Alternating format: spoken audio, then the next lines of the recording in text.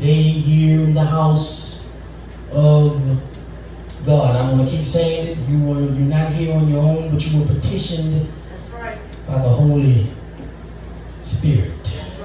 And also, you didn't disobey the Spirit, but you were obedient to the Spirit of God. For those of us who have our Bibles, come and go with me to the book of St. Mark, chapter number 10, beginning at the 46th verse. St. Mark, chapter 10, beginning at the 46th verse. I believe there is a word from the Lord that will help us this morning. I believe it is a word of God that will strengthen us in the name of Jesus. So St. Mark chapter 10, beginning at the 46th verse, and it reads, "And they came to Jericho. And as he went out of Jericho with his disciples and a great number of people, blind Bartimaeus, the son of Timaeus, sat by the highway begging. And when he heard that it was Jesus of Nazareth, he began to cry out and say, 'Jesus, thou son of David, have mercy on me.' And many charged him that he should hold his peace. But he cried the more a great deal, 'Thou son of David, have mercy on me.' And Jesus stood still and commanded him to be called. And they that called the blind man, saying, 'Be of good comfort, rise, he calleth thee.' And he, casting away his garments, rose and came to Jesus. And Jesus answered and said unto him, 'What wilt thou that I should do unto thee?' The blind man said unto him, 'Lord, that I might receive my sight.' And Jesus said unto him, 'Go thy way, thy faith had made thee whole.' And immediately he received his sight and followed Jesus in the way." This is the word of God. You may be seated.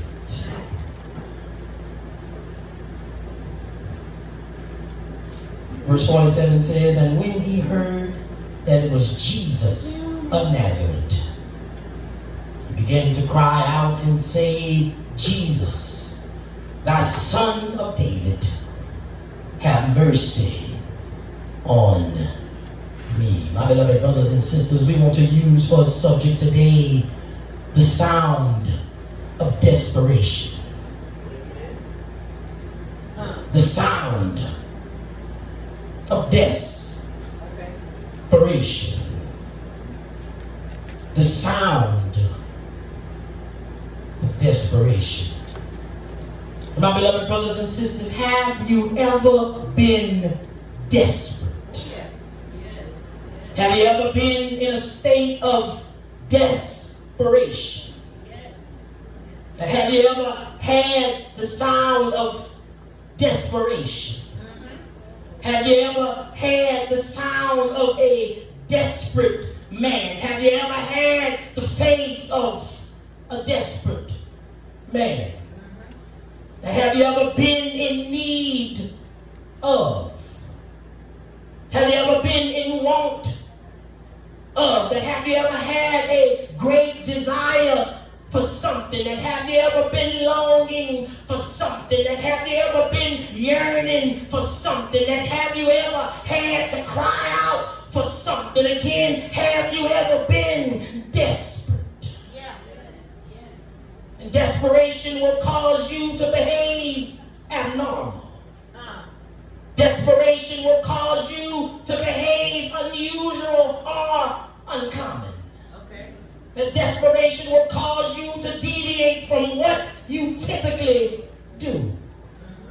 That desperation will cause you to take risks in order to change your situation. That desperation will cause you to make choices you would never make if you weren't desperate.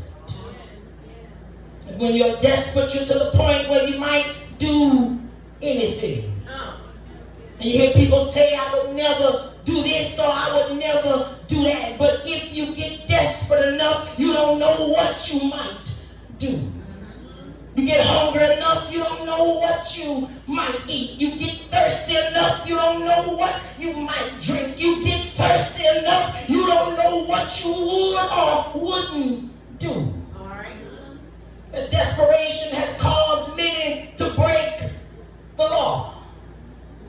That someone that is desperate has tried everything and really you are hopeless, but you are still willing to try. That when you are desperate, you don't even recognize yourself. Have you ever been desperate? Have you ever been in a state of desperation? The desperation will cause you to seek help. And desperation will cause you to seek aid. Desperation will cause you to seek succor. But to whom will we seek for help? And we must seek God. We must rely on God. We must look to God. That our desperation should cause us to seek God for help. That our desperation should cause us to seek after Jesus for help. And beloved, desperation made the woman of Canaan go and find Jesus because her daughter was sick, that she had came from a far place, both physically and spiritually. Desperation will make you do things that you might not do otherwise. That desperation made the woman with the issue of blood pursue Jesus. That her desperation caused her to push through the crowd. Her desperation caused her to press her way through and go and touch Jesus. That she was sick for 12 years and she was desperate. And if you ever had some issues, if you ever had some problems, if you ever been really sick, if you ever have been desperate to be whole, then you too had to press your way through the crowd to get to Jesus. Have you ever been desperate? Jairus fell at the feet of Jesus and begged him to come and touch his child. And he didn't care what anyone said. He didn't care what they thought about him. That when you are desperate, caring is something that you stop doing. That when you are desperate, your pride goes out of the window, because I am in need. And he says, if you can just touch her, I know she will be healed. Beloved, when you're desperate, your clothes may be dirty, your hair may be messed up, you might have holes in your shoes, but you could care less. I didn't even pay it any mind because I am desperate. And a lot of times we seek God last. A lot of times we make God our last choice. A lot of times we seek God as our last resort. And sometimes it's good that you chose God last, because when he comes through, you're going to know that it was God. You're going to have to give God some glory. And next time, you're going to choose God first. I said sometimes it's good that you chose God last, because when he comes through, you're going to know that it was nobody but God. You're going to have to give God some glory. And next time, you're going to come to God first. Is that anybody's testimony can say, I came to God, but I chose him last. And he showed up and showed out. I knew it was nobody but God. I had to give God some glory.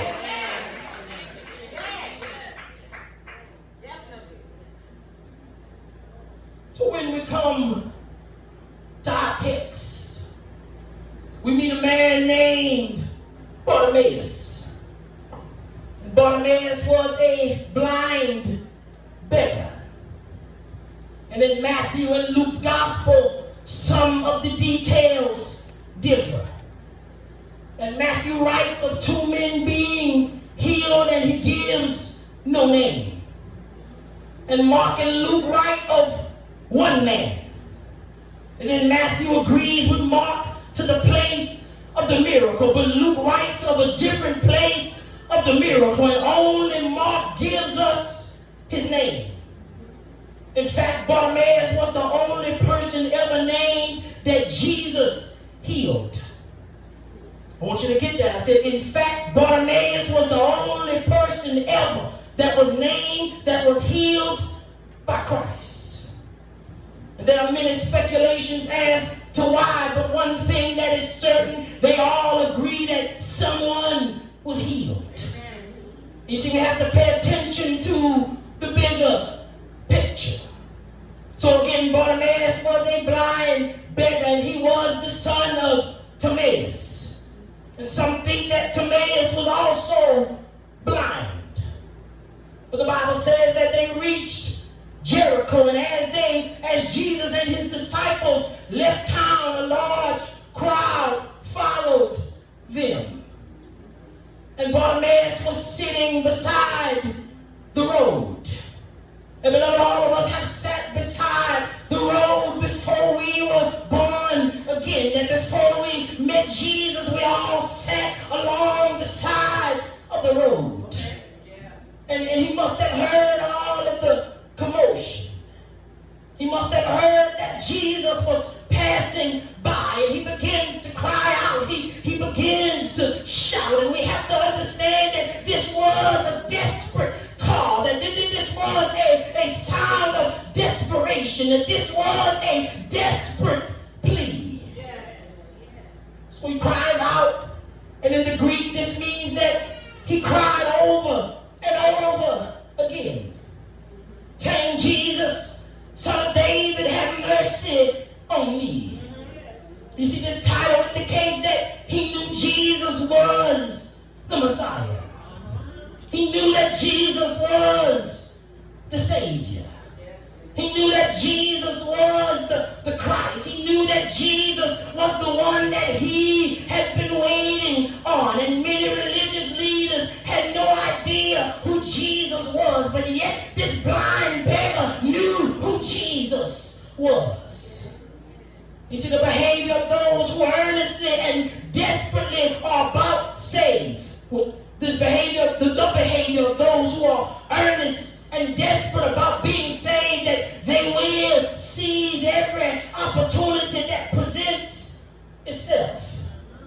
See, beloved, we have to understand that in chapter 11 or in chapter 10, Jesus, before he stopped in Jericho, Jesus was going to be, well, after he stopped in Jericho, Jesus was heading to Jerusalem to face the cross. And he was never ever coming back.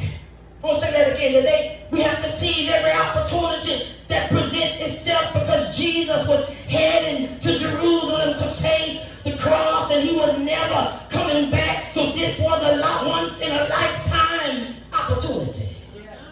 So he had to exert all of his energy and all of his power to attract the attention for help.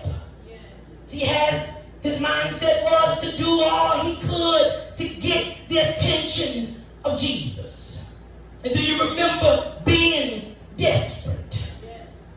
Do you remember doing all that you could to get Jesus' attention? And the Bible says that many charged him to hold his peace, that many tried to hush him, that many told him to shut up, that many told him to be quiet. But the more they told him to be quiet, the louder he got. He said, Jesus, Son of David, have mercy on me. He said, Jesus, Son of David, have mercy on me. You see, when you're desperate, you can't be easily discouraged. See, he could have listened to the crowd. He could have succumbed to the pressure of his peers. That he could have said, I've been this way my whole life, and maybe it's just my destiny. But his faith was louder than his fears. His belief was louder than his unbelief. And I'm here to tell you, your faith got to be louder than your fears. Your belief in God got to be louder than anything the enemy may whisper in your ear. I'm riding this one out with God. I'm riding out with Jesus. I don't care how crazy I look. I don't care what you say. I don't care what you feel.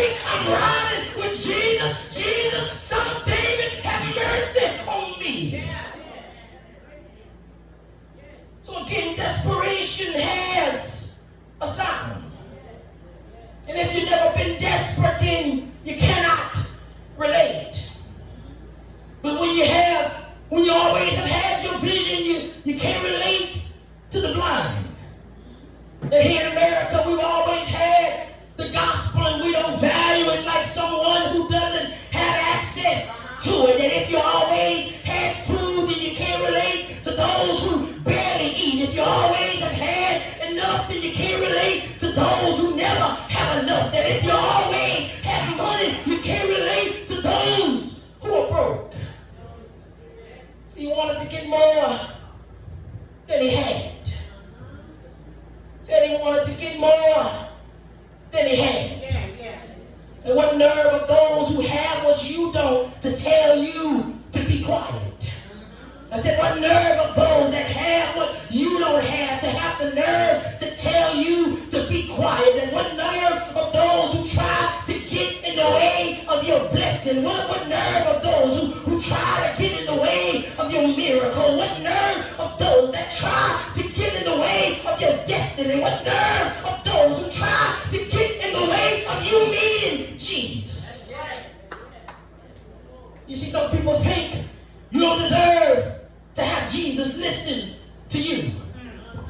But whenever you start thinking someone is too far gone for God to say, do me a favor and go find the nearest mirror and remember where you came from. Remember where God brought you from. Remember the pit of hell he brought you out. Remember the grave he resurrected you from. Do me a favor, go look in the mirror before you start judging somebody else. So some of us are saved, so we forgot when we were lost. Some of us have our stuff together, so we forgot when we were broken. God has blessed some of us with so much that we forgot when we were sitting along the highway begging for help. You see, when Jesus is coming toward you, don't you dare let anyone shut you up. I said, when Jesus is coming toward you, don't you dare let anyone shut you up. In fact, the closer he came, the louder he got. So the closer you come, the louder I'll get, because I am desperate. I said, the closer Jesus came, the louder he got. Jesus, son of David, have mercy on me. The Bible says that Jesus stood still. You see, faith caused Jesus to stop. You see, faith always gets Jesus' attention. And perhaps the reason why sometimes we can't get Jesus' attention is because we don't have any faith. So I'm going to tell you again that faith always gets Jesus' attention. So it said Jesus stopped in his tracks. And the text said that Jesus commanded him to be called. You see, this was the greatest moment in his life when Jesus invited him to come. I said this was the greatest moment in his life when Jesus invited him to come. And do you remember your moment when Jesus invited you to come? I said, do you remember your moment when Jesus told you to come? That was the greatest moment of my life, when Jesus told me to come. And the text says he cast away his garment. And you see, this garment was just for beggars. You see, the world always wants to identify you or categorize you by what you have, or by what you wear, or by what you carry. But he doesn't need this anymore, because he now identifies with Jesus. Oh, we should have got somebody to get happy right there. So I guess I'm going to have to explain it to you more. That this towel represented that he was a beggar. But the Bible says that when Jesus called him over, they said he threw his towel. I'm here to tell you, he didn't need it anymore, because Jesus had called him over. He didn't have to identify but with the rag said well about him, but now I identify with Jesus.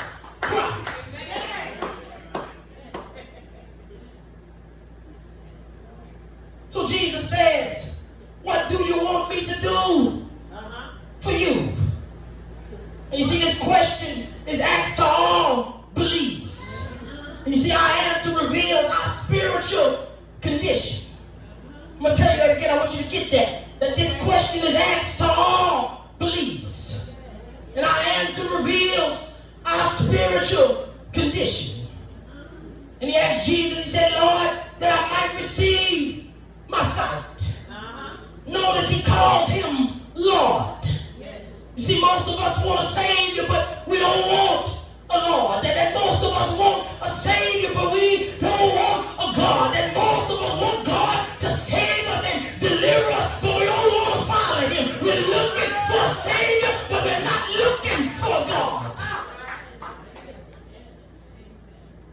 So again, he asks that he may have his sight. You see, before we come to Jesus, or before we came to Jesus, all of us were blind. But he gave us our sight back.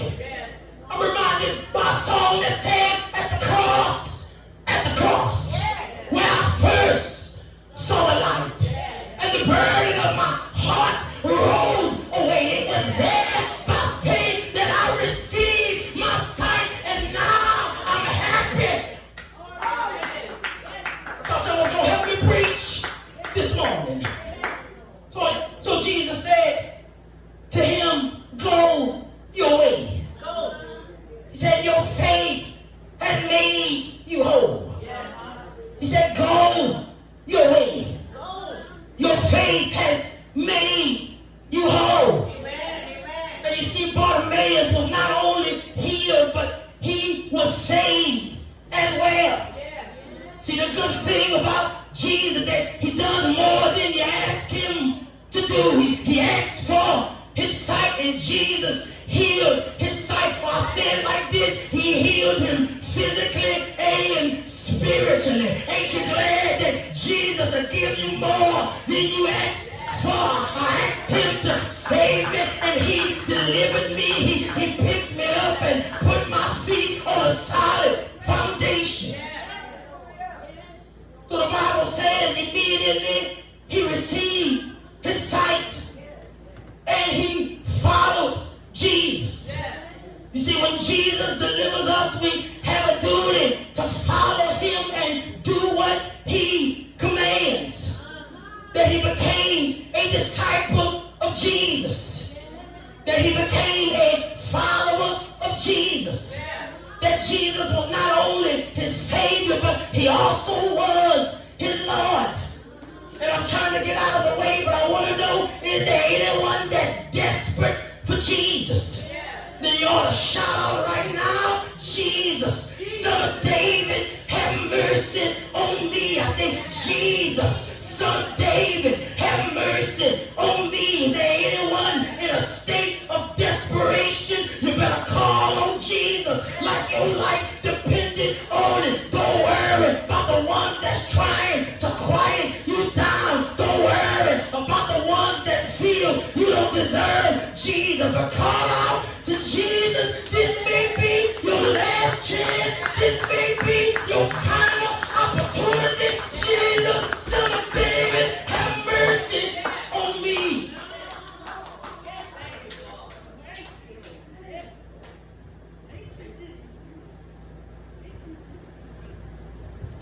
Remember that all of us sat by the side of the road. All of us sat by the side of the road, and we were blind and broken and begging. But somebody ought to thank God that Jesus came walking by. You better thank God that Jesus came walking by. And I want to tell you again, I want to remind you, not everybody wants you to be saved. And I think it's sad that those that could see Jesus wanted to deny him his privilege of seeing Jesus. And we better not never get so high and mighty when we start feeling that some don't deserve Jesus. I believe he died on the cross for all of us, that all of us will have a right. Now, if you choose not to come, that's on you, but we better not be stopping nobody from coming to Jesus. That's right. That's right. But here, I got another part for you. That even when they try to stop you, Remember the text said that he cried out even louder. I said he cried out even louder. That the moon tried to